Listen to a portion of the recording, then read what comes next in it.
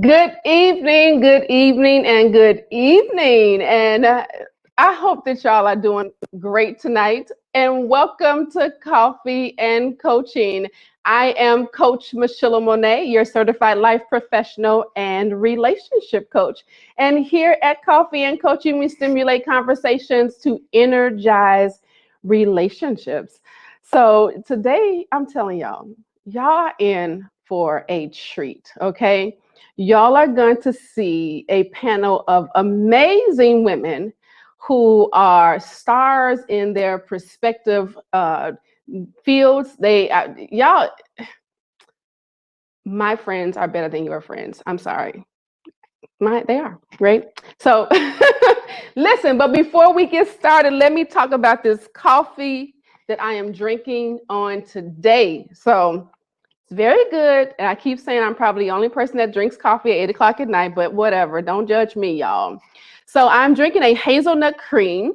It is by Martinson. And I told y'all before, I'm not even really into the whole hazelnut thing, but when you mix it with this Irish cream, sweet cream, it gives it a different thing. I don't feel like I'm eating toffee or butterscotch right now. So, but it's really good. It tastes great. And yeah.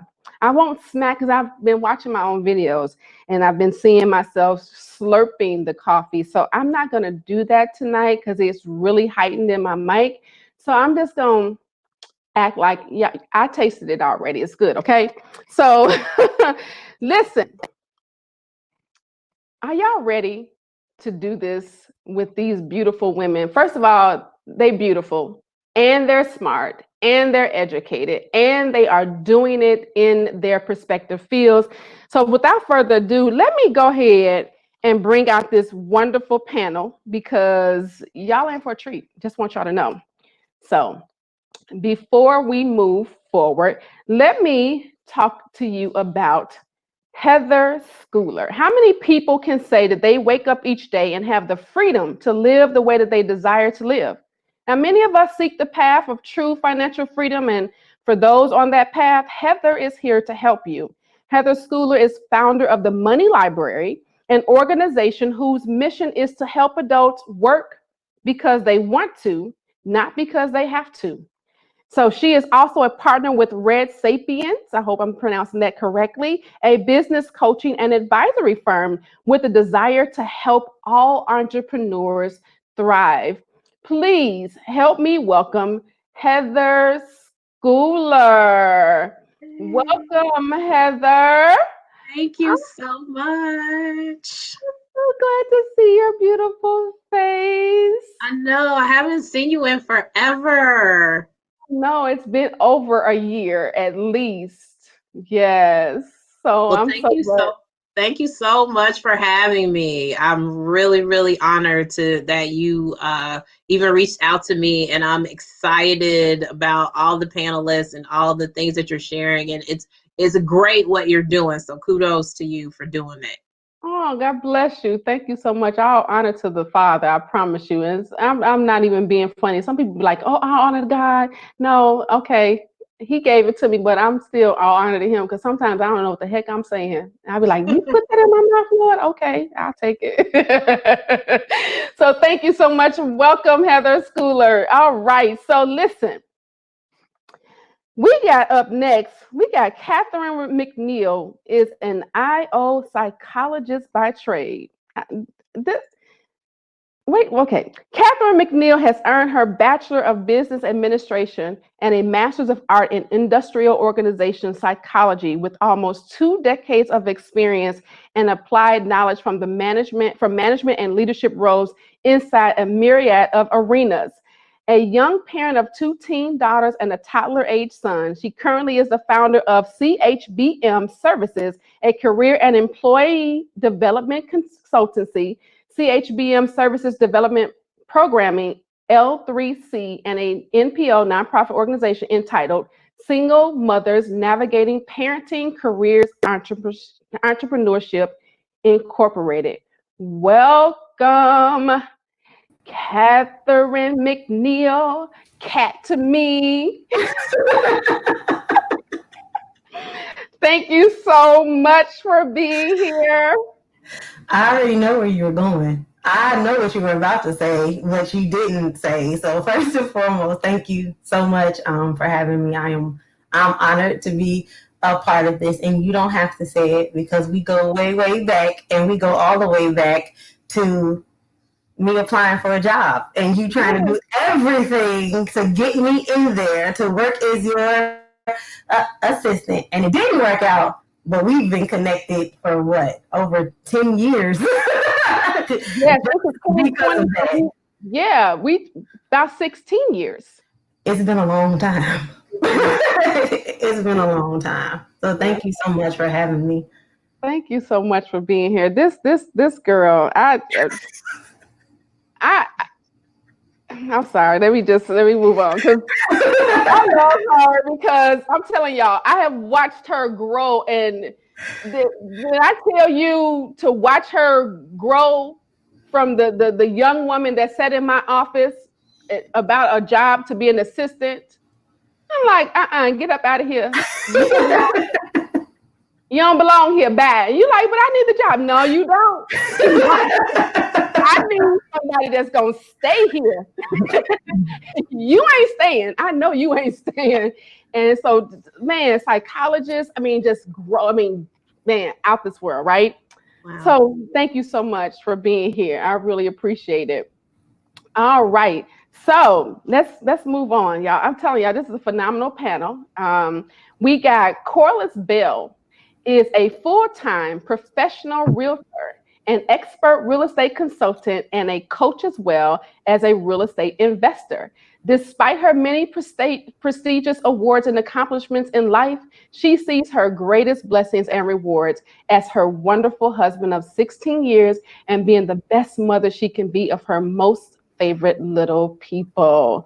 Welcome, Corliss Bell. Hello, hello. Thank Hello, you so everyone. much Thank for you so being much for here. having me. It is a pleasure to be a part of this tonight. I love it.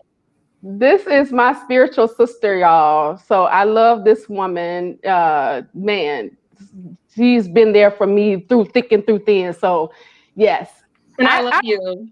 I love you back. I love all these women. I'm telling y'all, I ain't trying to be funny, but my friends better than y'all friends. No. So look, all right. Last but definitely not least, we have Lakeisha Tucker, who has established the Clinical Research Professionals Network (LLC) in 2011. It was through owning and operating this business that she realized her true passion for business and helping entrepreneurs and business owners eliminate chaos and overwhelm and implement systems and structures to help them operate more efficiently.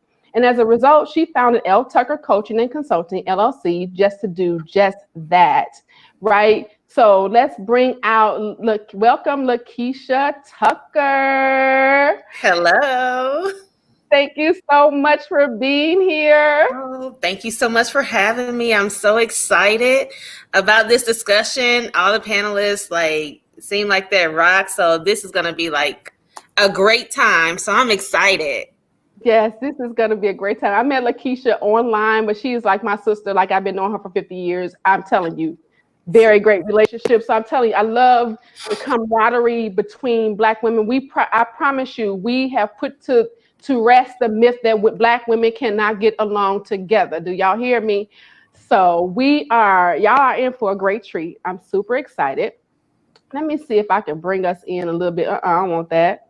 Let me see how. Okay, that I make. Oh, there we go. Yes. Woohoo!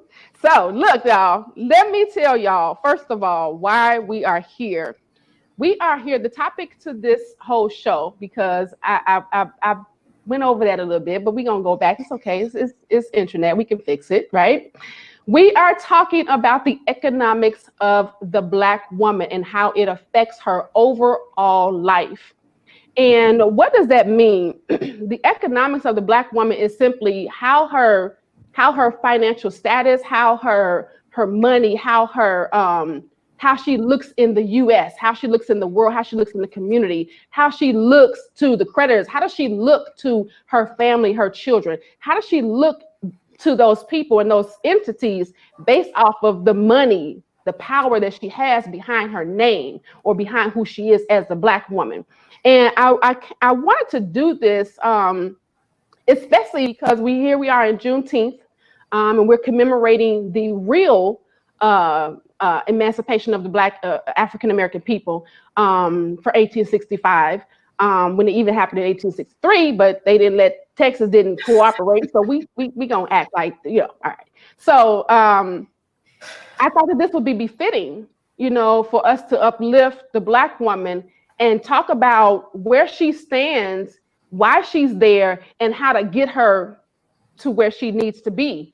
Because Black woman has not had the best, they haven't given her due props. Because we let me give y'all some numbers so that y'all can see where we really at.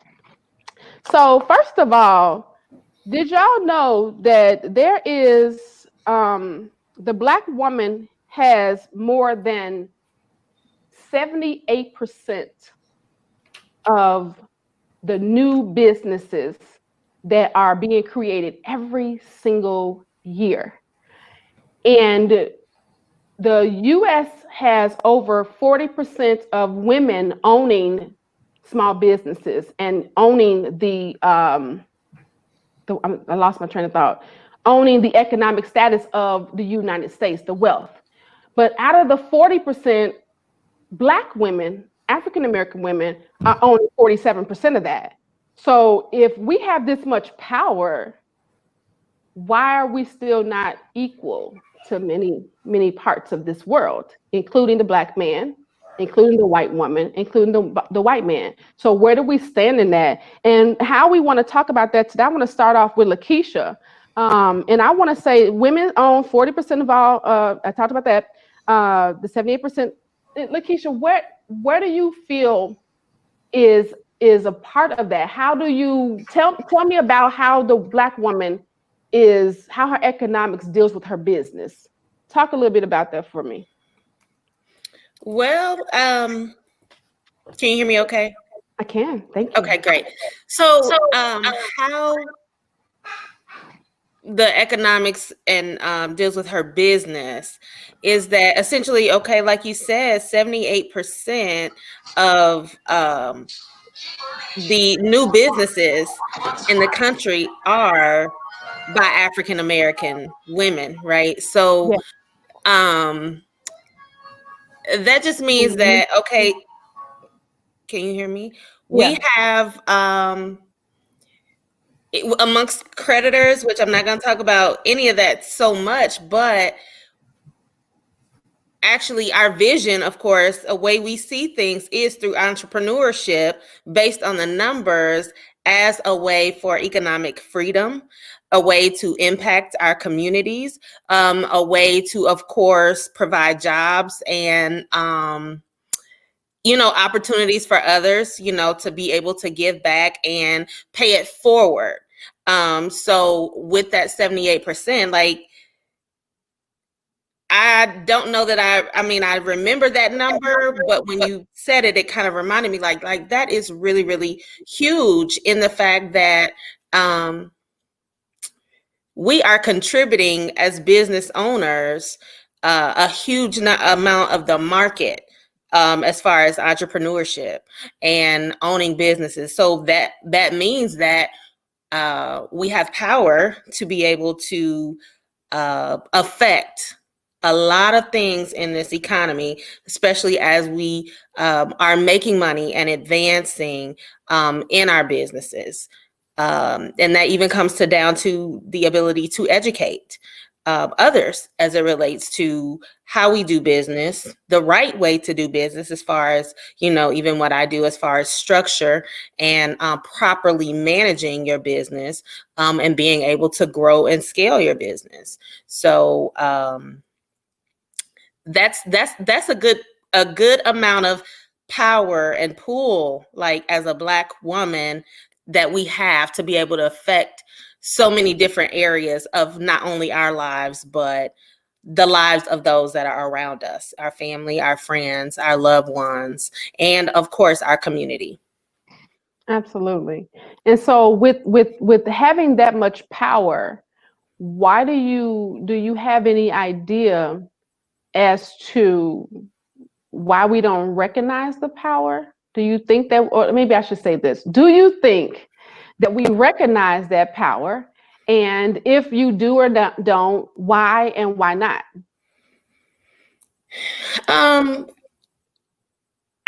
I don't know that in the past that we have recognized that power, but I definitely think we are now really beginning to see the power that we do have. I think generationally, and like things have changed in that previously the thought process or how we did things was, okay, you get a career, you work, this and, taking that trajectory. However, we're seeing that the ability to be able to do more of what we desire and have the impact that we want, it might not be that path that we take to do so. So I think overall entrepreneurship, owning a business, being able to sustain a business has actually grown as a, overall in the vision, especially in our community. And so I think it's just not so much of we didn't recognize it. It just looked differently than what it did in the past. And so, yeah, now that it looks like this, everybody's like, hey, this is the way. This is the avenue. This is how I want to affect change and in my community and my generations, the generations that come behind me. I love that. I love that. Ladies, you have anything to say in regards to what she just said? I think she's spot on. And that everything is changing, and because of the changes, we have more opportunities now than we've ever had before as Black women. So I'm in 100% agreement with everything she just said. Yeah, I agree as well. What you got, Kathy? I'm just wondering where the change started to happen, right? Because if we think about the history of how Black women were in the household, and we were traditionally the wives, of course, we were the cornerstone, we were the nurturers. We didn't typically work. If we did work, it was only because men were at war, or there wasn't a man in the household. And now we are intentional in becoming educated. Like, we are more educated statistically than the Black man, right? Because it's more women holding degrees than there are Black men. We are, I don't want to use the word more driven. However, Black women are traditionally killing the game. It's like you said, if we're 70% of the market, then that is huge, right? Just keeping it plain and simple. It's only 22% more out there. What does that tell you? So I'm just wondering where did the pendulum shift and we start to gain this momentum to just basically outperform everybody? Right. And that's good, because this is the thing. When you recognize your power, then you can utilize your power. But if you don't know it's there, if you just kind of feel like, well, Susie over here doing the same thing I'm doing, and Kim over there, she's doing the same thing I'm doing, so we kind of combating each other and saying, wow, let us come together, because we really collectively can do some real good, put some dents in some stuff if we really try to. Scott Stewart says, ladies, do you agree that gender roles have changed in the past 60 years? Absolutely. Without question. Yeah. Yeah. Absolutely. Absolutely. Corliss, and I think there's. You said what? Go ahead. I don't know. I think there's positives and negatives to that. And the reasons why they've changed, which kind of speaks to some of the things I was thinking about myself, is just the fact when she asked, when did it shift? Let me speak kind of and throw an idea out there about what I mean by good and bad. So things shift because roles have changed, but we're also talking about now we're in a position where there are more single mothers. There are more younger grandmothers who's also trying to cover their children and their grandchildren. There are role shifts there, but then also what's happened with let's say the family dynamic, Yeah. you know, and then there's also financial footings have changed also, even with those that may have dual, I should say, I was going to say dual, both parents in the home, but I was going to say just how have things changed financially, as far as even some women and their income being more stronger. And now it's not uncommon to hear what we didn't hear back in the 60s, in the 50s, in the baby boomer era, where basically the man was the breadwinner and the man went out. Stop right there. So that's gonna lead me right into Heather, because I need to know, like, the cash flow, like what's happening with our money. You said it, so that takes us and pivots us right into her. Let's talk about that. How is this whole economy handling her money? Because if we 78% of businesses, and let me give you a statistic on this with her income and her finances. In 25 states, including the District of Columbia, with the largest number of Black women working full-time year-round, pay for Black women ranges from 47 cents to 67 cents on the dollar to every paid white non-Hispanic man in those states. One more thing, the median wages for Black women in the US is around $38,000 compared to that of the counterpart, 46. And then the white male is about almost $62,000. So talk about that. Why? We got so much power. Well, first of all, there's always been a discrepancy, right? There's been a discrepancy since we came into the workplace. And we're finally getting to the point where women, even women of color, are finally, it's always been known, but it's never been addressed. So kind of like a lot of the issues that are going on now that have been known and haven't been addressed are starting to be addressed. We're finally getting to the point where people are addressing it, because 30 years ago, we were 46. I don't remember the exact number you gave, but we were still in that same era, right? So it's not like it's a new problem. It's not like it's not the same problem that my mother faced or that I face or that, my friends' children will face now as 20-something-year-olds going into the workplace. But now the awareness is there and people are starting to deal with it. But I think the issue is not necessarily how much they're paying us, because like what Keisha was saying, we need to take control of our money by doing things like starting our own businesses so that we can control how much we get to get paid. And then the other question is, when we get that money, because as Black women and traditionally being head of household, we're spending for most of the family. What are we doing with that money that we're spending? Yeah. So I understand the discrepancies are there, but we're still bringing in billions of dollars. And so we really have to be focused on what are we doing with what we can control right now. Yeah, absolutely. And because I want to do this, I want to get us all of our pieces in, and then we come back and talk, because we keep going into, and I'm like, man, it's right there. And so that takes me into, and that's perfect how you went, right, keep going.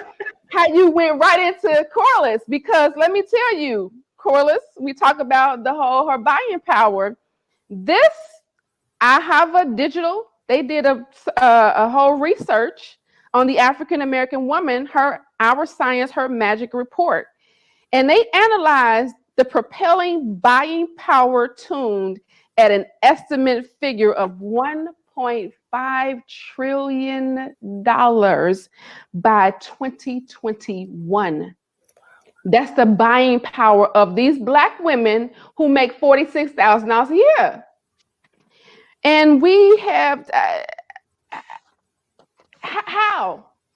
What are you seeing in the real estate? Because you're dealing with their finances, you seeing them bring this buying power. Why do you think that is?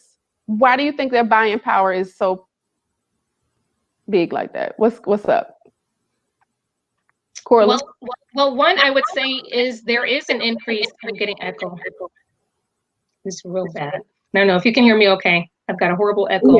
Mm-hmm. Okay. You probably have to have on an ear thing. Okay. I have some here. We don't hear your echo. You hear it. Okay. So if you can weather through it, just go ahead and put them on. I'll try to weather through it. Okay. Okay. Oh, it just went away. Great. All right. So I am seeing a variation. If I can answer that and just comment what I'm seeing with women though. I don't see a lot of millennials. I am seeing some Generation X mostly, okay? Middle age, but a lot of them are in their careers. A lot of them now have grandbabies, although they're young grandmothers, Mm-hmm. and they're trying to establish and support the family, so to speak. So what I do feel there is some great buying power because the price points in which I'm seeing these single women come in and purchase homes is phenomenal. It's awesome. Yeah. So I don't know if that answers your question as far as buying power. The thing about this is we're in an interesting time, of course, due to the pandemic. But what's interesting is since the pandemic, the percentage is even higher than it was before the pandemic as far as the actual purchases. It's higher right now than right before the pandemic even took place. Now, one of the awesome things, of course, is the market is being stimulated by low interest rates. It's even lower than it was last year. And Fannie Mae, which we understand who Fannie Mae is, and that they're a government-sponsored enterprise, basically. They don't give the loans, but they back or guarantee them as far as the secondary mortgage market. And basically, they just made a prediction this week, the beginning of the week, that they're expecting this to continue even until 2021. So the buying power is there. And then while demand, which is the amount of inventory we have, the demand is high, but the inventory has been low because of the pandemic. We're starting to see that go up higher now just since June. So May versus June. So the buying power of women right now, I think, is there, but I have to take this in a slightly different direction because, again, if we're talking about the Black woman, but where are the investors? You've got buying power, but I don't see a lot of women investors. We've got buying power, we've got money, but where's that money, as you just said, being focused? It's not going into building wealth. That's what through real estate for sure. Right.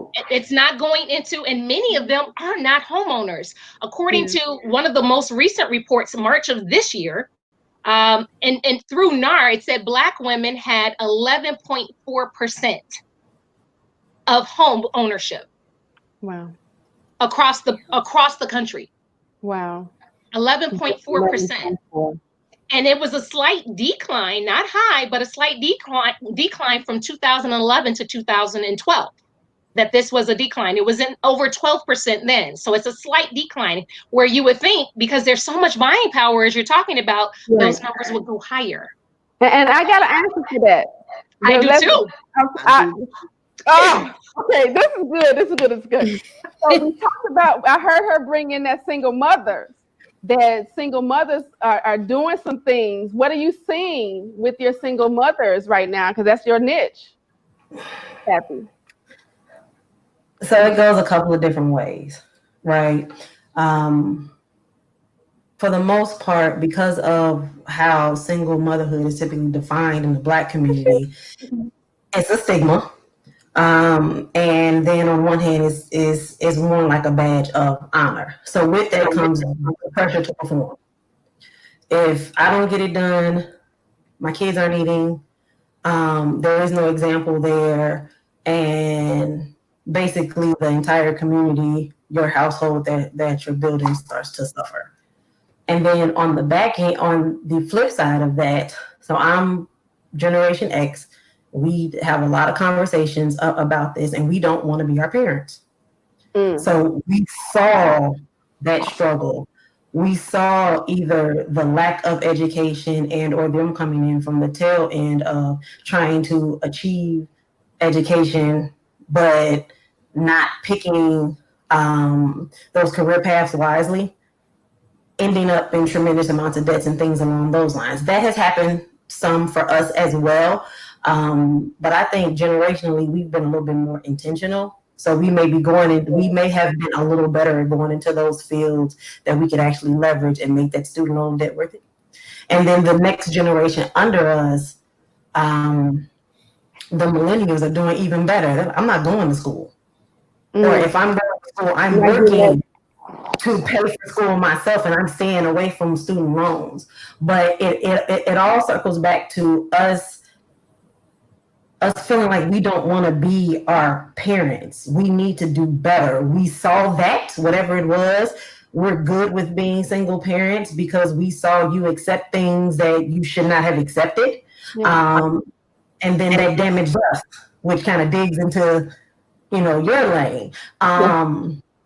And we just kind of made that decision. Now, I'm not toting single motherhood as it is a badge of honor, but there is a very different stigma and or badging in the Black community. For everyone else, no one wants to admit that they're a single parent. It just typically means you're unmarried. That is all it means. But for us, it's an assumption there's no dad there, so it's not a two-parent home, and that we are literally carrying the weight of the world on our own shoulders. So we're naturally pushed to do above and beyond to keep us from becoming that stereotype, which is expected when you don't have a man in the house. And that's right, because more than 80% of Black mothers are key breadwinners for their families. And it means that the households rely heavily on their wages just to make the ends meet and to get ahead. And nearly 4 million family households in the United States are headed by Black women. That's more than 1 in 4 of those households that live below poverty level. So it's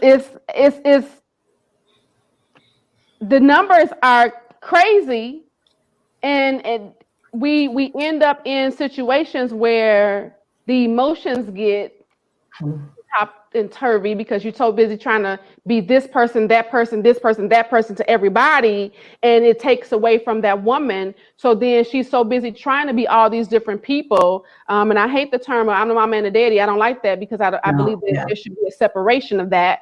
But you have so much of that, and it's rooted in racism and sexism. And it damages both financially and emotionally. There's a and then we're gonna go back because I want to. This is all tying in. As far as the Black relationships and women, back before 1970, we were considered the most likely to be married. We had it's 52% as far as the numbers are concerned. It's 52% of Black women and then 48%. So we just got 2% more of Black women, right? But then them the ones that just didn't want to be married. So but we got enough. It's really not. It's really not 10-1. We just got our brothers behind bars, right? So the divorce rate between Black women is 13%, and all women is around 12%, 8% widows. Currently married 26%, as with our counterparts of 46%, and then never been married 48%, as with the counterparts 31%. And this is because we talked about where that turn was. The turn happened when we around the 70s, 50s, 60s, 70s, when our Black men were in war. They were taken out of the homes due to the financial situations and just needing that money. And we like, hey, go head over to auntie house for a couple of weeks because the person from right about to come over here and check out. You can't leave them shoes up under the bed. And people think that is really not that far away. My son's 28. I went through that. Walked in. Why you got a TV? What you mean I got a TV? You need to leave because I'll figure this thing out, right? But I saw Heather wanted to jump in when we were talking about the whole the financial and what we doing with our money. You know, what are we doing with our money, Heather? Buying shoes. Stop, ladies. Come on.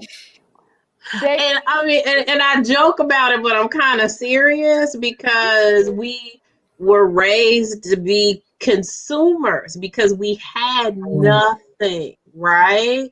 So now it's all about the labels and the this and the that. And it was just like Phyllis was saying, it's like, can we get 10? Because there's sisters out there making money. They making six figures. They're doing this. They're doing that. But then at the end of the day, and you know, I teach financial literacy and I see it happen all the time. It's like, oh, I don't want to talk about my money. You know, I don't want to invest my money. You know, I just want to go out and buy the nicest car or make sure my nails are done. Because I know during COVID, people were having a fit because they couldn't go get their nails done. Girl, right. But if you took that same money and invested it, like she was saying, in commercial real estate, or I even have seen people who took their stimulus checks and, like Lakeisha was saying, started a business and have made their stimulus check multiply itself by 10 or 15 times because they used it to start a business and not go to the outlet mall. Because I was at the outlet mall Wednesday, I thought it was Saturday. I called somebody and said, "What day is this?" Right. Because everybody was out shopping. And if we spend our money the right way, then we'll start to see some of the benefits, stay in our communities and stay in our family. I think so. This says the strong Black woman syndrome encourages impulse buying and emotional spending. It's a law of nature. Whatever is repressed never goes away, ever. In fact, when whatever is pushed down finally surfaces, it tends to explode in the same pressure with which it was forced to quell. And see, I think you're on to something with that because myself and my friends who have started businesses, either as a side hustle or those who are full-fledged entrepreneurs, we often have the conversation amongst us about our failures. And we share transparently. You're connected to me on social media. You know, nothing is taboo on my page. But we share transparently how hard this is and the realities versus what it looks like. We have learned to look a certain type of way. We have learned that consumerism automatically equates to success. So if I'm not driving a nice car, if I don't have, you know, the 20-inch weave, the hair flown in from Italy or wherever it comes from, and, you know, I don't have the shoes, to Heather's point, and the bags, then I'm not looking wealthy. When you look at our counterparts, especially the males, they don't ever look that part unless they're going to a business meeting. And you don't even, if you're untrained in what that look is, you wouldn't even know that the suit that he has on with the French cut is $1,000 suit. Or, you know, those shoes are, you know, so many hundreds of dollars for shoes. You wouldn't know. Right. Trained backwards. So we were trained good, but none of that generational wealth building, financial literacy that everybody else seems to have a grasp on. For us, it is completely about this look. Yeah. And can I add, even from the standpoint of our thought process or mentality as far as even home ownership. You know, we have kids, we have I'm gonna even speak for myself. I, you know, made six figures and then I went and bought a huge house, right? Like, and it was just me. I don't have no kids, no husband, but I bought with a pool, you know, and all of that, instead of me thinking differently, buy something smaller with less maintenance and take $100,000 of what that loan would be and buy you a rental property.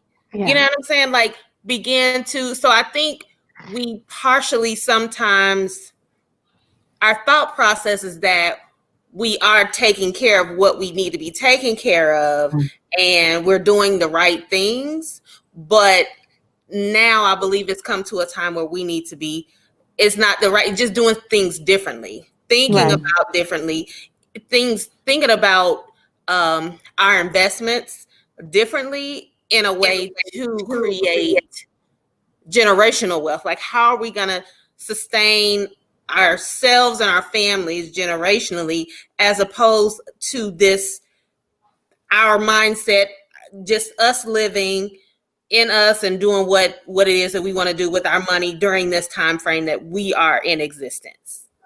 And I think that a lot of that has to do with what we see, social media, what we see on the television. We got the, we talk about being a housewife didn't look like the housewives of Atlanta, right? They didn't look like the housewives of Potomac. They didn't look nothing like that. They looked like the woman that had the scarf on her head that was trying to take care of the 4 kids and still cook and still be ready for her husband when he came home and be like, oh my God, what is going on? She didn't have the product. She didn't have the Louis Vuitton and the Hermes and all that stuff. So Corliss, what do you think is going to get the women to start investing more? How do you see that going? It leads into 3 tips that come to my mind, and I don't know if you want me to share that at this point. Absolutely, go ahead. 3 simple things. I like to think of it as vowels, A-E-I-O-U. So I'm going to say 3 of them. The first 3, A-E-I. Analyze, educate, invest. Okay? Mm-hmm. So that's what I would say.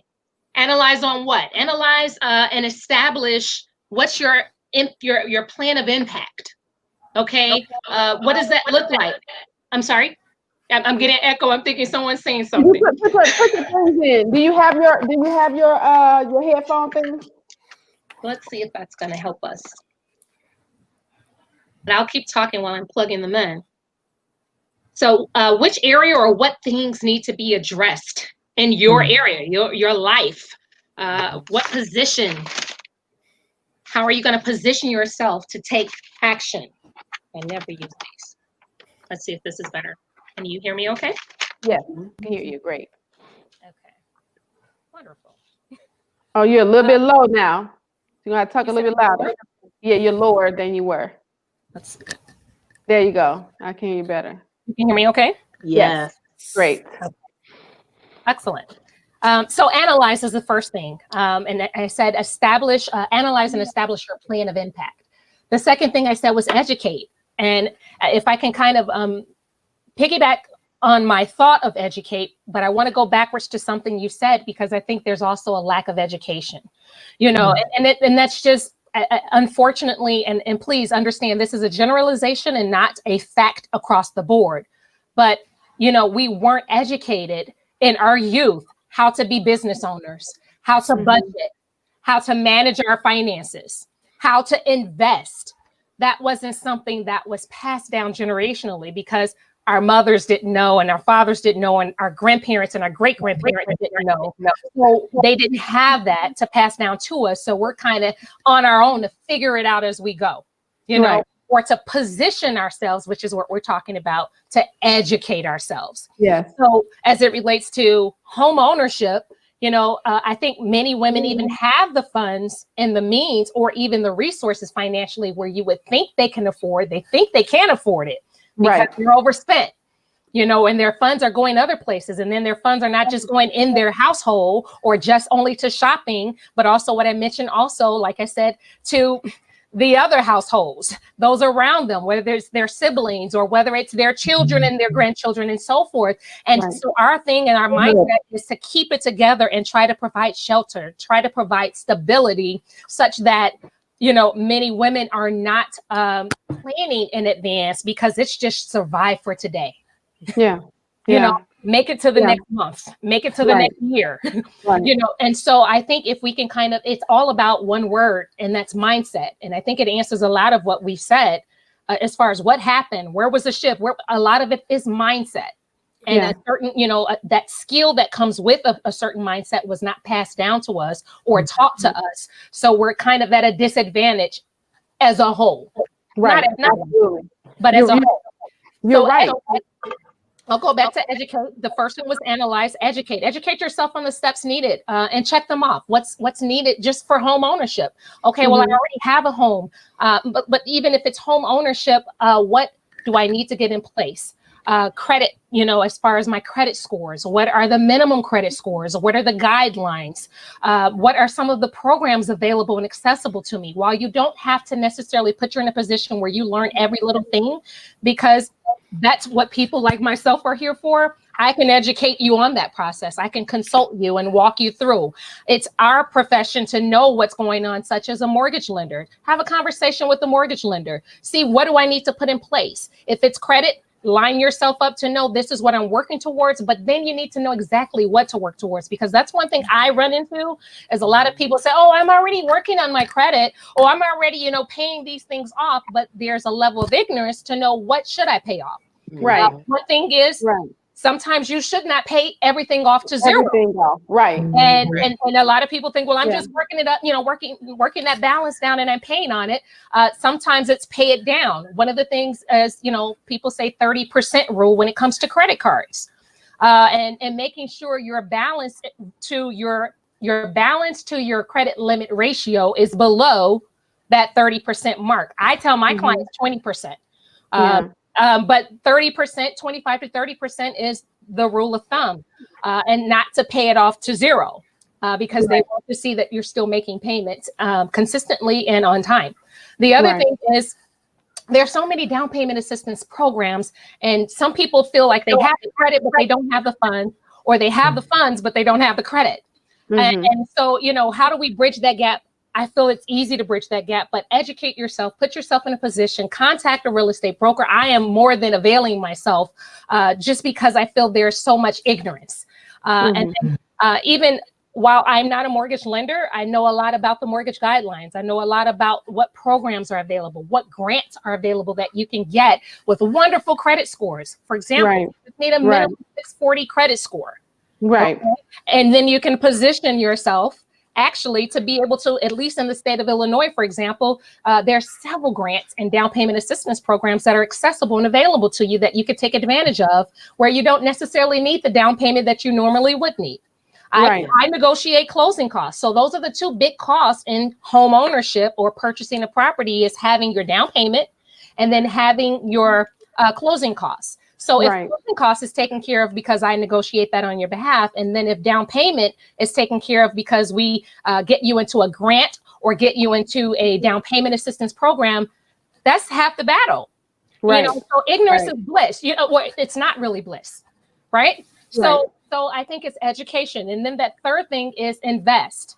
Now that we are going to educate you, give you your knowledge, I give free buyer consultations to all of my buyers.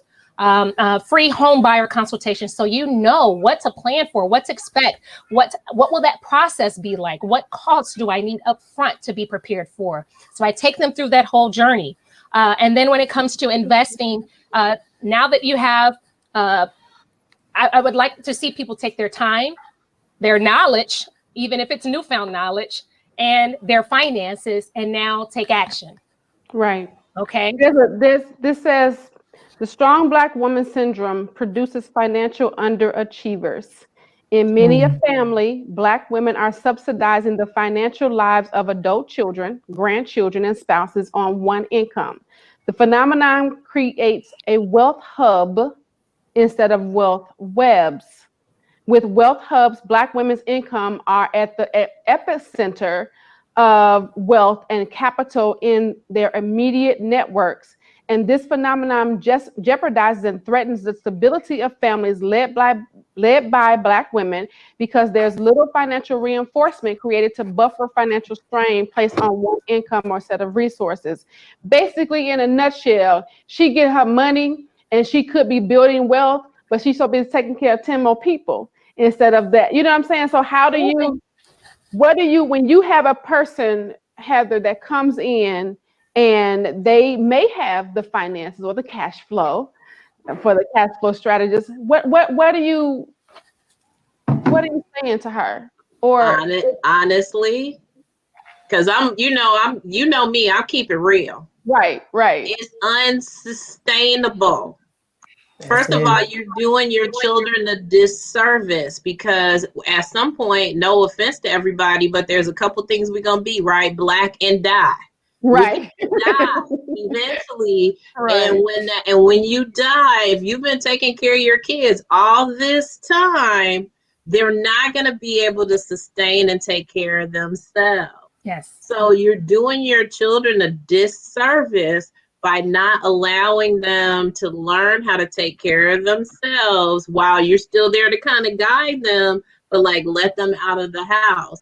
We have to, and I think this was mentioned a couple times, stop taking all of the burden on ourselves, because what we're literally doing is we're working ourselves to death, trying to take care of everybody else, and we're never doing the things that we need to do to take care of ourselves. And I'm not saying you should take care of your kids, because you absolutely should. I'm not saying you shouldn't help out a family member. You absolutely should. But my theme for 2018 for all of my clients, and I got this one straight from the Holy Ghost, was like, you get on the airplane. This was obviously before COVID. And then, you know, that if it's an emergency and the mask falls down, you're supposed to put the mask on yourself first before you help others. Yes. And that's what women need to do. They need to learn how to take care of themselves first before they go and start helping all 82 other family members, because without that stability, then like you said, as soon as one thing happens, as soon as COVID happens and you lose your job, you got 10 households that are out. Right. And there's nothing you can do. Right. And so it was one of the quotes that I had wanted to she talked, the strong Black woman syndrome calls on Black women to be the problem solvers, the chief caretakers, and end all be all for everyone in their lives, and support and respite. Essentially, the strong Black woman syndrome demands that the Black woman never buckle, never feel vulnerable, and most important, never ever put their own needs above anyone else's, not their children's, not their communities, not the people for whom they work for, no matter how detrimental it is to their well-being. Right? And that is totally not true. And what I was going to talk about with the whole shift thing is that we see this happening with the independent Black woman, and I don't need this and I don't need that, and I can do this by myself. But it was put in the wrong context, because you independent Black woman, but you still taking care of everybody else. You still got everybody else in your pocket. But you haven't stopped, like you said, listen, I'm not going to take care of this for you, you know. So, man, this is good, y'all. This is good. It was one more thing. When a Black woman living under strong Black woman syndrome seeks an outlet for all the emotional and financial caregiving she gives to others, it's usually online, at a dealership, or at a mall. And usually what she buys to comfort her soul and spirit isn't cheap. The cost of the purchase can be in direct relation to the feelings of neglect, overwhelm, and resentment. Wow. So let's talk about, because in every aspect, the business, the cash flow, her being a single mother, her investing, all of this ties into her relationships. How do you believe this is going to be for her? What do you think she needs to do because you can't have one without the other? On the business tip, Lakeisha, how do you think that she's going to be able to? I don't like balance. Balance is a bad word to me. It's kind of like a cuss word. It's no such thing. I think it's more harmonizing. You get the dance. How's she gonna dance with her business and her relationships? Lakeisha. How she dance? Or maybe but see the thing, I know you say you don't like the word balance, but for me, balance doesn't necessarily mean that you're doing the same thing equally all the time. I think it's a matter of being aware enough, self-aware enough to know what to prioritize when, and I think as women, we're pretty good at prioritizing, multitasking, things like that. So I think it's just being in tune enough to know what needs my focus right now. And also being in tune enough to know what you don't have to give your attention to, you know.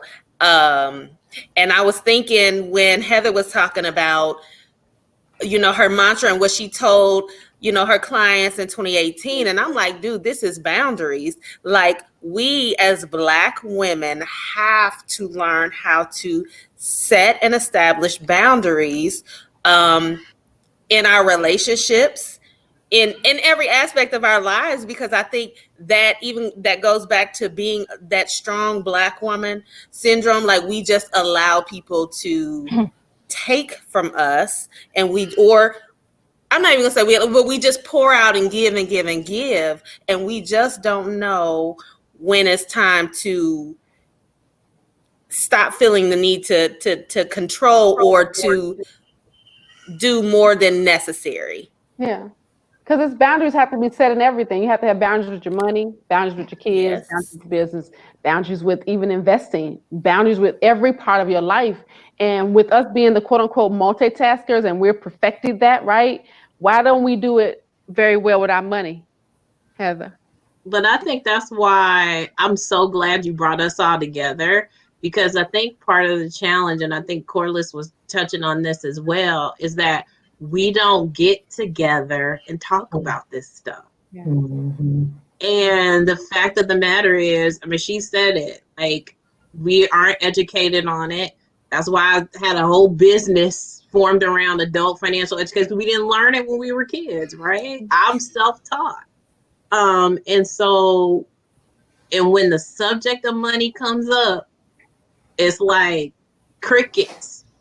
And if we don't get together and just be real, let's be sisters, just be like, hey, you know, I had a rough time, or, you know, we don't talk about what happened in the stock market, or, you know, why should I buy this rental property? If we don't start having these conversations, nothing's ever going to change. So kudos to you for starting the dialogue, because this is a dialogue that needs to be had not just today, but on a regular basis, so that we can start making shifts. Absolutely, because one of the issues that I see with Black women is that because we are multitaskers, because we go getters, because we're usually the ones that take care of everything and everybody else, when you try to teach us, we buck every time. I don't need to learn that. I know. I don't need you to tell me how to master my emotions. I know. I don't need you to tell me how to fix my money. I know. I know how to run a business, but did you make a business plan? Oh, I know how to be a parent. You can't tell me everything. It's usually us saying, I got this, but then we don't. So when do we get to the place that we are vulnerable enough to say, I don't have this. I need a little help. When do we get there, especially being a parent, you know, Kathy? How do we get to the place of, because the parents are supposed to be, we got this together. We don't want our kids to see us, you know, breaking down. But who said that though? See, that's the problem, right? Where is that written? It's not. Right. Most of us, including our parents, ended up doing the best that we could with what we had based on what we saw and the decision that we made to either follow this example or not. Yeah. Like, parenting is fluid. I have 3 different children. One is 20, one is about to be 18, and one is 4. I am literally 3 different people at the exact same time, because no 2 kids are the same. Right. I have made mistakes. I intentionally didn't do things that I know that, you know, my mom and dad did to me or for me, that you know, made me turn out a certain way or have to grow through certain things. But then as I'm meeting these people that I gave birth to as they grow and become human beings in their own person, I'm shifting even more because this thing does not come with the rule book. So one thing that I am intentional about is giving myself the grace to not be other people. I don't need to be anybody on this panel. I don't need to be any of my friends. I have spent the most time with these children, so I know them differently. However, I know enough to know that I'm not the only one that I'm not their total community. Yeah. So then I'm giving myself the grace to discover what I don't know about these people that I spend the most amount of time with, and I'm learning to pivot. Yeah. And we have to learn how to do that. And we don't when we're emotional. If we live in our emotions, I'm gonna try to find this one quote that I saw. When we live in our emotions and we don't allow us to be and allow other people to be, there's a quote that was on the bee, the spelling bee with what's the young girl's name? The bee. I love the long quote. I don't know it all, but it's basically saying, if I allow you to be who you gonna be and just be, then you're gonna shine brighter than you ever could. And then I'm gonna wanna be a part of that. And so many times we see the opposite of that. I gotta control you. I gotta do this that way because I gotta. Just let because of the imagery. Like, you don't want to have the child that is the teen parent, because for some reason that is a strike against you as a mother, and people are going to talk about you. Like, no one's going to place the responsibility on the person who made the decision. They're looking at you. So somewhere there was a conversation that kind of shifted, and it's all wrong. Because that's unrealistic. And we liken this a lot to the taboo black on black crime and the youth, the way that they're running rampant. It's automatically there must not be parents in the home. Somebody's not doing their job, because it starts in the home. And to a certain extent, it does. And that's kind of like how my 3 points are: everything that you need to do as a successful parent. It's the exact same thing that you need to do to be a successful woman. It's the exact same thing that you need to do to build generational wealth. Like, it's all overlapping. Those 3 things don't change. And someone else mentioned it. I don't know which one of the ladies did, but it starts with you. Everything starts and stops with you. If you want to be successful, if you want to infect the community in the right way, if you want to infect your household, then you need to be the change you want to see. Like, that in and of itself attracts the things that you need to you. It gives you. Go ahead. No, go ahead. Finish. Go finish. It gives you the courage and the strength to repel and get rid of anything that is not supporting the direction that you're going in. Be it that man, setting the boundaries with those children, whichever one of them may be going crazy, because it's bound to happen, from the occupation that you choose, building that business, it all ties into each other.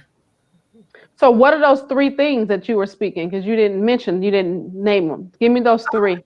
So, promoting healthy relationships. Because of the fact that we're talking about economics, I'll keep it applicable to businesses, right? And that's either in, if you're in the boardroom, corporate America, if you're a cashier at White Castles, or if you're an entrepreneur, you have to be that change and demonstrate what it looks like to build those healthy partnerships. You mentioned, the fact that we're all on this panel. You don't hear any barking, bickering, back and forth in any way, shape, fashion, or form. Everyone respects the other in their respective lane. We're having a conversation because we are focused on that greater good. I am willing to bet that for the most part, every last one of us has healthy relationships outside of this panel. We are used to that. We understand boundaries and respecting each other. So that's one. Then the promotion of self-love or worth. going after what you want and after what you need, being unapologetic in regards to that. That's Right? good. You deserve these. When you actually love yourself, you know that you deserve to be happy. Yeah. You deserve to sit in whatever your definition of wealth is, because it looks very different for everyone, and typically it really doesn't have anything to do with finances per se. Mhm. It could be literally anything, but because of the topic, and we're talking about, we're going to tie that to financial wealth. And then lastly, not living according to do as I say, not as I do. I love that. We're I love having that.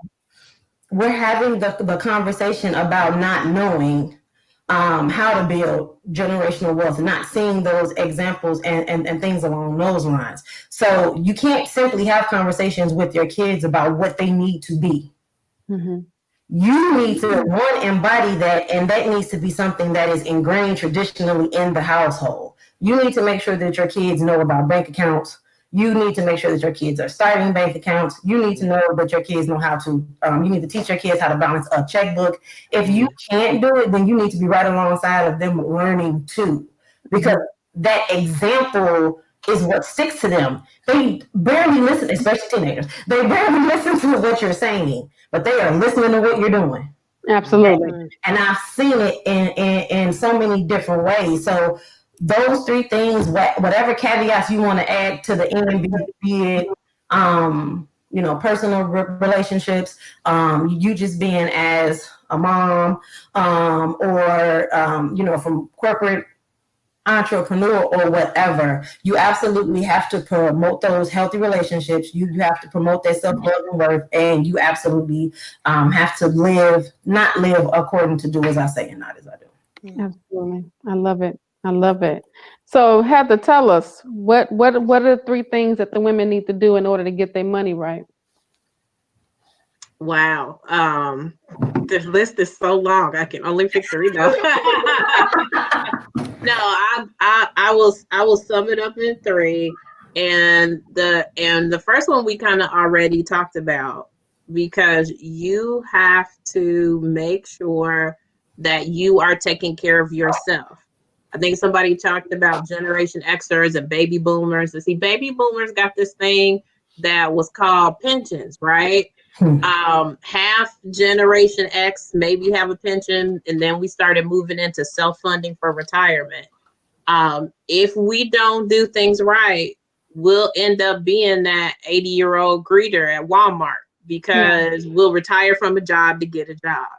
So I think first things first is you've got to make the effort to start taking care of yourself. Like Corliss said, get educated. So that's number one. Number two is to make sure that once you learn how to take care of yourself, you start to share that with other people. Yeah. And I think that was just kind of what you were saying, like your kids watch and learn everything you do. You need to pass that on to the next generation, because that's the only way that they're going to be able to stand up and be independent on their own. Is if you teach them and you stick to it. Now, there's nothing wrong, I mean, I'm almost years old, and I know if something happened to me financially, I can always go back home. Yeah. That's a nice thing to know, but I don't ever want to have to do it, right? So it's good to be that strong Black woman that's like, well, baby, honey, if you ever need to come home, you can.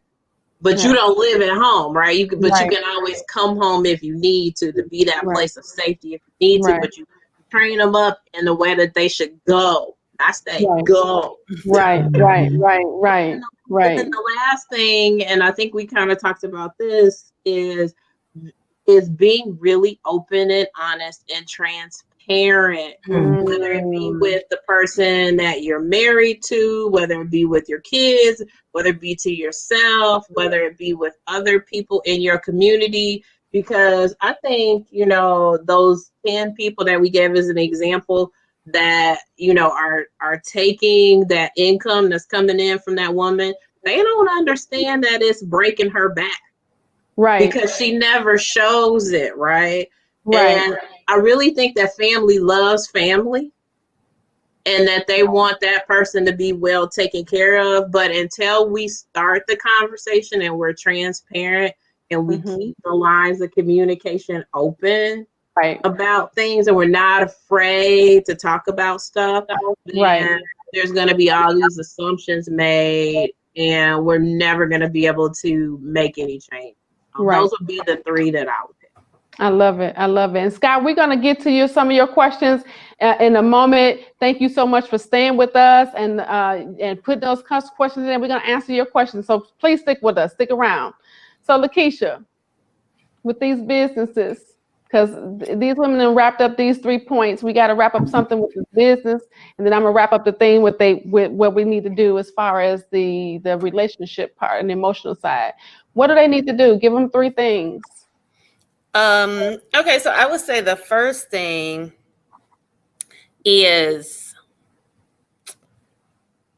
run your business, get your business together. Like if you already have a business, make sure that you're running your business as if it's a business and not as just as if it's a hobby or just you're not doing it. And that because that completely how you're running the structure and how you're running your business, it affects like how you manage your finances. That affects your cash flow, and things like that. So my first tip is there was a book that was like, it was called Girl, Get Your Money Right or something like that. Is that what it's called? That's what it's called, Heather. But it's like, girl, get your business together. We need to stop. Don't run your business as if it's a hobby. Pay close attention to your finances because that will definitely affect your ability, your buying power, your ability to create wealth. And then you'll also see where your money is going, at IRS, all of that stuff. So that would be my first thing. I would say research ways to improve your business, research ways to reinvest so that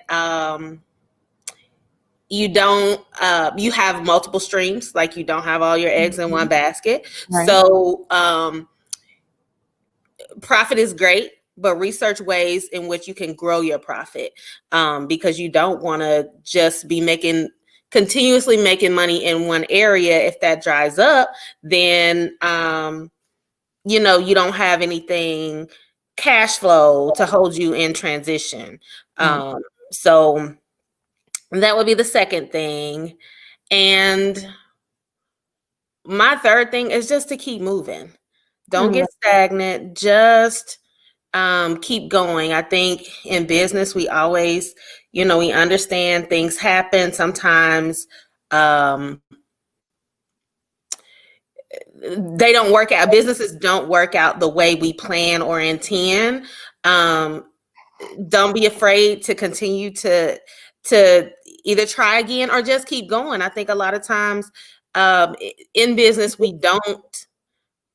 quit too soon and we don't put in as much work. And I can say this, at least even for myself, as much work as we probably need to. And a lot of us are really on that brink to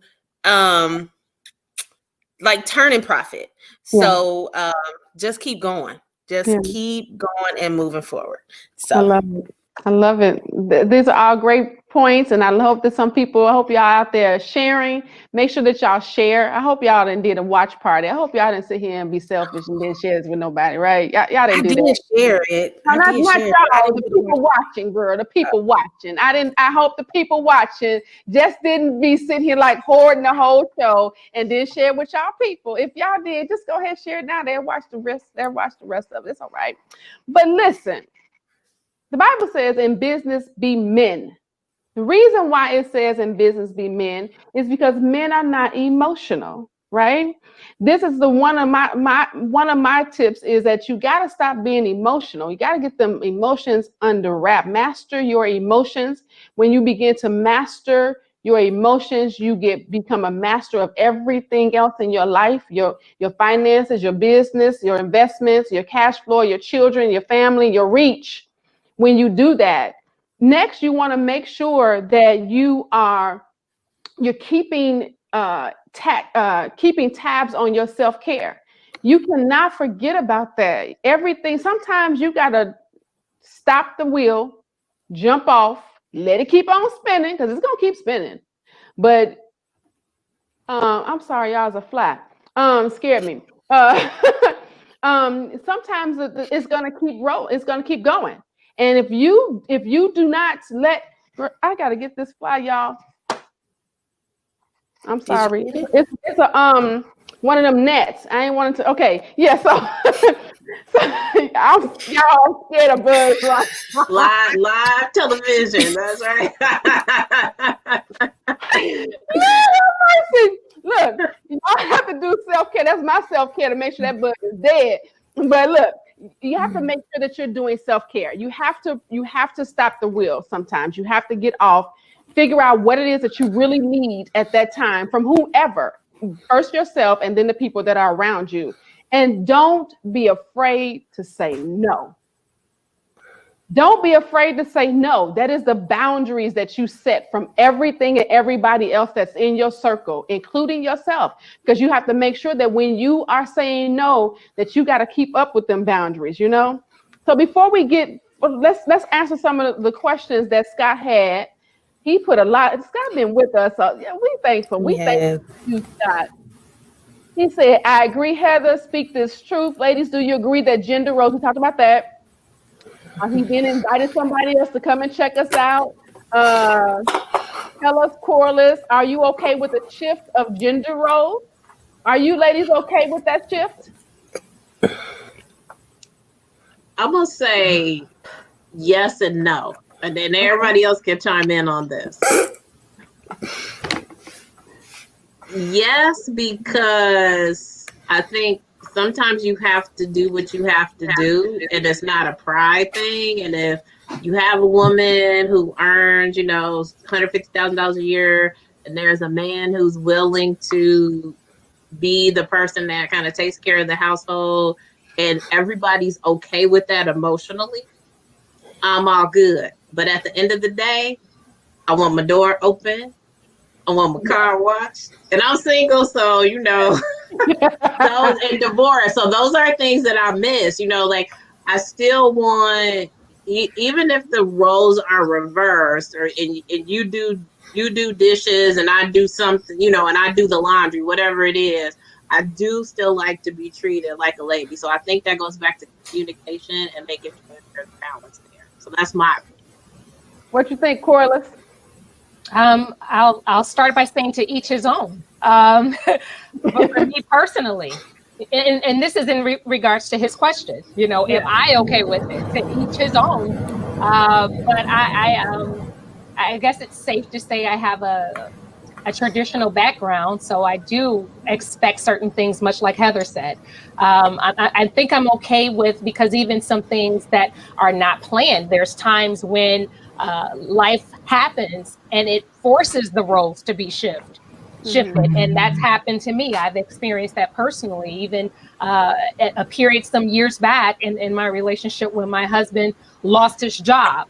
And then he was called back to the same job, but for that season, it was a shift, and that wasn't too long. Then there was a time he was off work because of medical reasons, so some things change. And now you may have, and then that was times when we didn't have children. Well, how does it change when you have little ones? And then the roles, if now he was off due to a workers' comp situation, and then I had gone back to work full time. My daughter was of school age.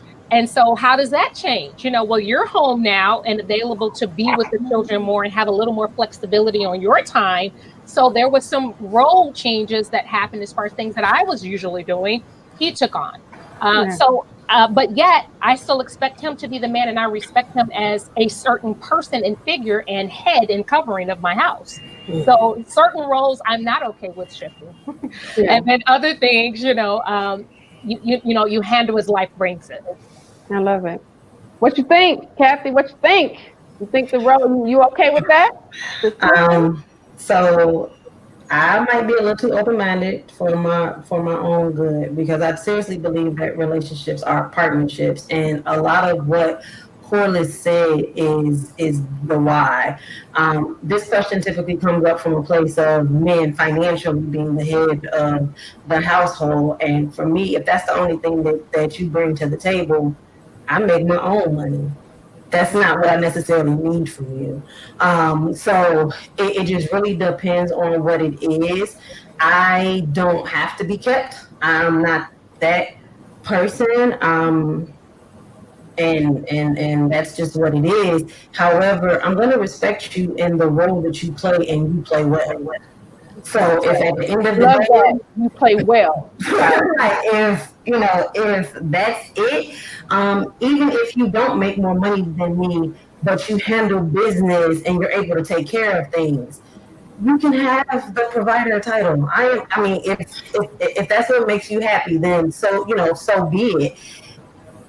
It just, there's going to be shifts, because nothing is stagnant, nor does it stay the same, and we just have to be able to kind of grow through it and work through wherever we are in our relationship at that time. Yeah, So love it. What you think, Lakeisha? Okay, so as a person that is single, never been married, I believe in working together. Now, I come from a probably very traditional. My parents are very traditional in their roles, and so, but I have had to learn over time, like, just to not put that ideal of what their relationship is on myself, Right. and the expectation for my spouse. So but I do believe that I probably do have some very traditional thoughts, but I do ultimately believe, like, it's a partnership. We got to work together. So Yeah, I love it. I kind of feel okay because so the Core Woman Academy, uh, I believe that women are the core. And it's kind of like when we lose that core, it ain't tight. We ain't got that six pack like we did when we was 20, right? And we start to gain a little weight. We start to have back pains, little sciatica going on, have tingling in our legs and our arms. We have the little shoulder pain, and our head starts to hurt because the core is out of alignment. And I believe, this is just my own belief, I don't try to push off on nobody, but I feel like if we get that core tight, then them legs, that sciatica, which is the children, because the legs is where we move. Our children takes us further than where we going, where we at, right? So that's our legs. Our arms, which is our reach, and the people that we reach in our community, starts to straighten up and strengthen up. Then that back, we ain't having that many pains. That's what we lean on from our standards that we know, right? And then the shoulders, the weight of the world just starts to just release, right? And that head, we ain't got them headaches no more, because that man is on right? So if we get that core tight, and that core has to become tight based off of the things that we learn and how to build ourselves from internally out, right? But I also still traditionally believe in those roles, not in the sense of you control me and I'm the man and you do it as I say, not that, but I still believe that there's an order of things, and the reason why we're out of order is because we forgot that order. And it doesn't mean that we can't both bring 50-50 to the table. It doesn't mean that if you down and I'm up and I make more money than you, that I'm not going to respect who you are. It just simply means I'm going to allow you to be exactly who you're supposed to be in this season. And then I'm going to be who I'm supposed to be in this season. And then we're going to come together and dance. That's kind of what I feel. And a lot of people, like, I get called a feminist all the time. You're a feminist. No, I'm not. Far from it, right? So let's move on. So it says, can you date a man who makes less money than you? Yeah, definitely. All the time. I had to. I want the emotional support myself. I don't need your money. I can make my own money, right? Or we can make our own money. Yes. Come on now. I'm with you on that. Come on, let's come together and do this because we can. This. I said this to a young lady. She said, "Girl, he just don't have it. I mean, I've been making like 6 figures for years, and he like blue collar." I said, "You can teach him how to be an entrepreneur. You can't teach him how to be kind." So, he says, "Are you okay covering the bills while your man stays home with the kids?" That's pretty much the same thing with making less money, right? Mm-hmm. And share your finances with the same thing. Do you share your finances with your man? Pretty much the same thing. He talked about their buying power is in their Amazon shopping cart. Can we avoid being our parent? I believe we can. What you think, Kathy? I do it all the time. I think it takes effort. You have to recognize something wrong. You have to recognize That's there's it. something that you want to be differently and do something different. You can be your parents if you don't know, And I have the conversations with my parents about the things that worked and didn't work because they are who they are. And both of my parents are in their 60s now. So we have a very different relationship and they respect me as a mother, as a woman. So we can have those conversations. And I will tell them, I mean, that was great. You tried it. I was like, I know how that affects children. So we probably won't do that here. We're not going to do that. He said, I talked about childhood trauma. Can women today respect a man while women win the bread? It's all I think different. we said that. Yeah. Yes. don't But know. you gotta deserve. You have to earn respect though. So it's not about how much money you. It's not about how much money you make, but you have to earn respect and be somebody that's worthy of being respected. Just because you got testosterone doesn't mean that I'm gonna respect who you are. And the other side of that is, are you okay with it? Because a lot of the time, now I have seen women who beat men down who make less than them. However, I have seen men who cannot deal with it. If they're traditional alpha male, that is a hard pill to swallow because they're naturally supposed to be that provider in every aspect and they can't or they don't or whatever the case may be. And then their ego takes a beat. It has nothing to do with her. It's a personal thing. All of this is very personal. Can the man deal with it? And can the woman he's with deal with it? Can you have the conversation about how that really makes you feel and then kind of work through that? So some of the was had it, but Right. Okay, so I have something for this. And so y'all tell me what y'all think of this, right? Because I love the word. Y'all, anybody know me, that's what I do. That's how I live. I ain't perfect, but that's why I live by the word. So when you look at the word of God and you look at the whole Adam Eve situation, right? And you talk about how he said, I'm gonna curse you, man, and you're gonna have to till the land to get everything you want, right? Woman, I'm going to curse you and you're going to desire this husband, which is the man, for you just going to desire him, right? So when you look at that, tilling the land for everything I want, respect, love, honor, money, property, people, status, influence, everything I learned, it's almost like he got this guard up, like I'm protecting that. I'm protecting me tilling the land because I need all these things. I'm not going to get it without tilling the land. So if he's not able to provide, it is. It's that hard thing. Like, man, I can't get what I want. Instead of him looking like you can get what you want if you just shift, right? And then that woman desiring that man while he out providing or he's not giving her the emotional support like she wants. She like, man, why you can't get us to me?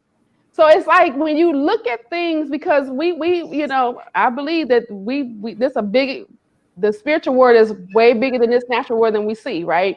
So that's my little take on that. So what else we got? And then start thinking the way better off without a man. Yeah, because we got that going on. Talk to Amazon, Target, emotional eating, love the transparency, great observation coach. Some people need financial therapy to address their relationship with money. Do you get financial therapy, Heather? I am not a licensed or certified therapist, but I promise you, your mind will be different when you come out versus when you go in. Absolutely.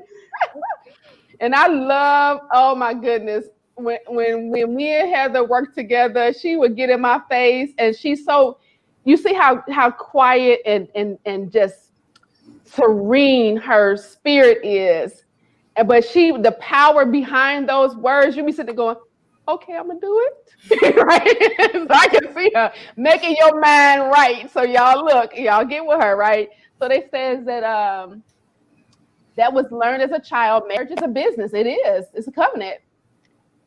Marriage is a business that requires partners to build generational wealth. Where can I find that study, Scott? I'm going to drop that link for the study, for the digital study. It's still in progress, so they only have a one-pager, but I'll drop it in there. And then I dropped another one. He talked about dopamine. I don't know what he meant by that. Yeah. He said, can you women take criticism? Yes, but what's the but? Well, for me, I need you to give me I'm a processor. Okay. So a lot of times, sometimes people feel uncomfortable with silence. Mm-hmm. And when you tell me something, you need to give me time to process it. Mm-hmm. So, and that's just me. I know different people take things in different ways. So, I will listen to and hear what you say. And it may be tomorrow when I come back to you and be like, wow, you know what? I haven't really thought about that. Thank you so much for telling me. It might not be in 5 minutes. Right. But I do hear what you say, but because I need to process things, sometimes it takes me a little bit longer to take it in and then be able to receive the feedback. What you think, Corliss? Can you take criticism? Yes, I can. I'll say this, and then when I say this, I know you're going to have a comment, Miss Monet. So I don't like to use this word that Coach Michelamonè has said about me, but because of this word that she says, I'm going to avoid the word for now. Because of this word that she says, I am the type, based on my personality, that I want criticism, right? She says I'm a perfectionist. I don't feel I'm a perfectionist, but I do operate in a state of excellence.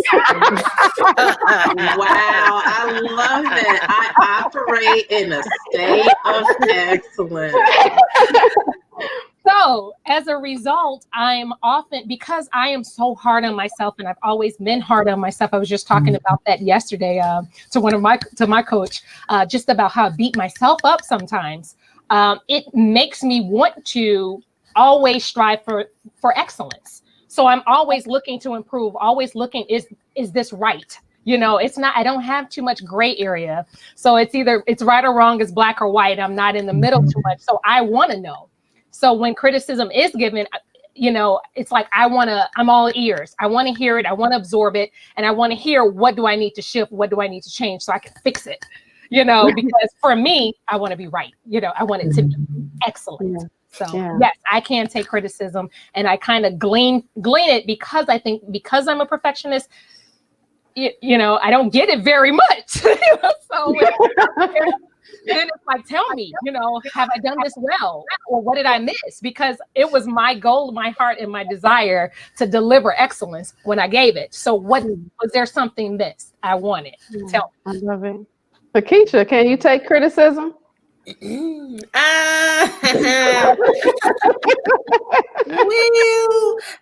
Actually, I was just laughing and thinking about what Carla said, because we've talked about this. Like, I took the DISC assessment, and it's like that I take, my thought process is to make sure that I get it right the first time so that I'm not criticized. Like, You're a C, aren't you? I'm a what am I? Whatever's down, a C and a S. Like, yeah. Yeah, so I really want to make sure like I got the instructions down pat first. So if I get criticized, I think that's hard because I tried so hard not to get it right and not be wrong. Mm-hmm. But I think for me, criticism, I think it's just one, it depends on the person.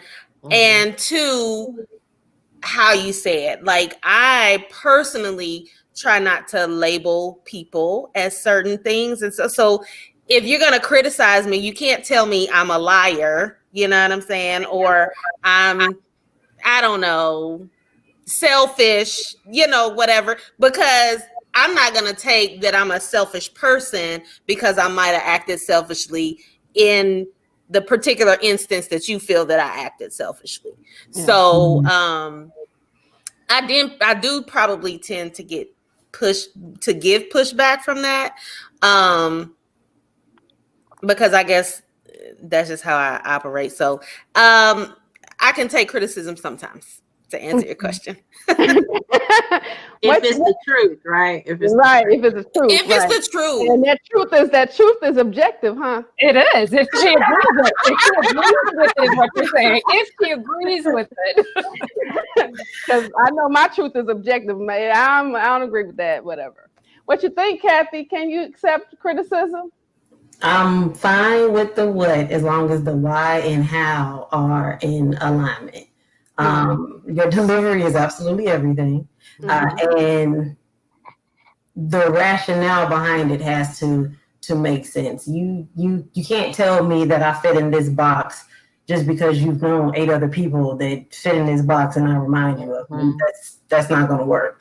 However, if you give me an example of why I fit in this box, like I legitimately did this thing, what can I do about that? Right.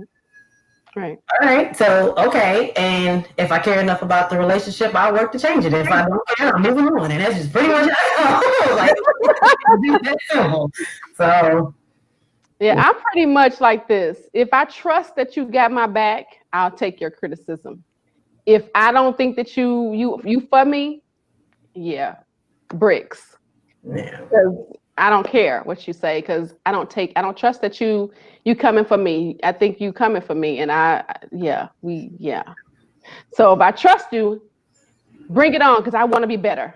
But if I don't, I ain't listening to none of you say. That relationship is everything.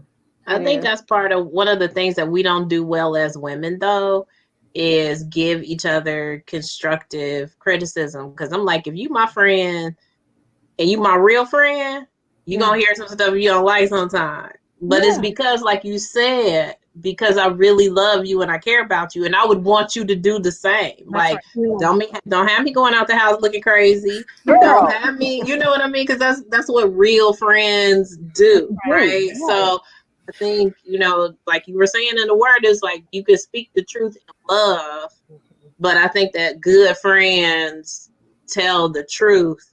And they're not like, hey, girl, you doing the thing. And then you out there, with your weave falling off and you know what I mean? All kind of crazy stuff happening. That we're going to be honest with each other. Like I think everybody said, like in a loving and caring way. Right. I love it. All right. So we gonna wrap up with, I need to know, so like where, Heather, since you finished last, go ahead, tell us where we can find you. What your specialties are. Tell us what they need to know about Heather's School of the Cash Flow Specialist. I'm a strategist. Is it strategist or strategist? How do you pronounce that word? Potato. It's all good. It's all good. So I think the best place to find me is on Facebook or LinkedIn. It's Heather D. Schooler on Facebook, and it is Heather Schooler on LinkedIn. Like I mentioned before, I own a company called The Money Library, so sometimes you'll hear me be referred to as the Money Librarian. And I speak for many organizations in the area of, again, adult financial education. I work with a lot of women who are in our group, right? That we have disposable income. We don't know what to do with it. We don't know how to invest. We don't know how to do these things. So I work with them to come up with customized plans to help them to work because they want to, not because they have to. Start businesses, like Lakeisha says, because I believe every Black woman on the planet should have a business. Mm-hmm. I love And it. I don't have time to go into that because that'd be Right. like a 30-minute conversation. But yeah, it's my heart and desire to pass on the information that allows us to be independent and have freedom. So if you're interested in that and you're interested in learning more about that, catch me on Facebook or on LinkedIn, message me, and I will be happy to continue on this conversation with you. I love it. I love it. Kathy, tell them what's up. Tell them what you do, where you can find you.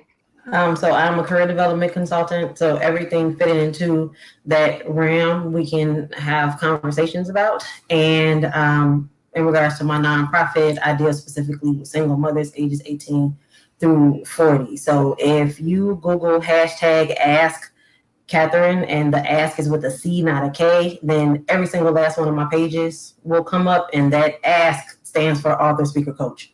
So if you do the Google for that hashtag, then you will find me on LinkedIn, you'll find me on Instagram, Twitter, Facebook, and all of the pages in between.